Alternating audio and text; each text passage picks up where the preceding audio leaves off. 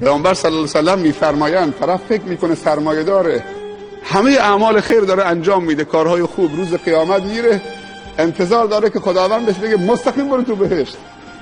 اونجا مرد از زنش فرار میکنه، زن از شوهرش فرار میکنه، فرزند از پدر و مادرش فرار میکنه که شاید مادرش بگه 9 ماه تو چه کم بودی، 1 حسنه کم آوردم، پسرم کمکم کن، به من هدیه بده.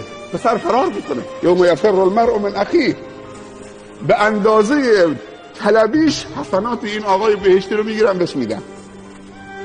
دوباره طلبکار دوم پیدا میشه، بهتان هم زده، کل حسناتش میره بدهیش میمونه. دوباره طلبکار پیدا میشه، میگه خدایا حالا دیگه چیزی برام نمون، میگه تقصیر خودت بود. خب حسناتش تمام شد، طلبکارا زیادن، حالا از گناه اون طلبکارا میگیرن میندازن رو گناهش. وقتی دور و برش نگاه میکنه که هیچ چیزی براش نمونده.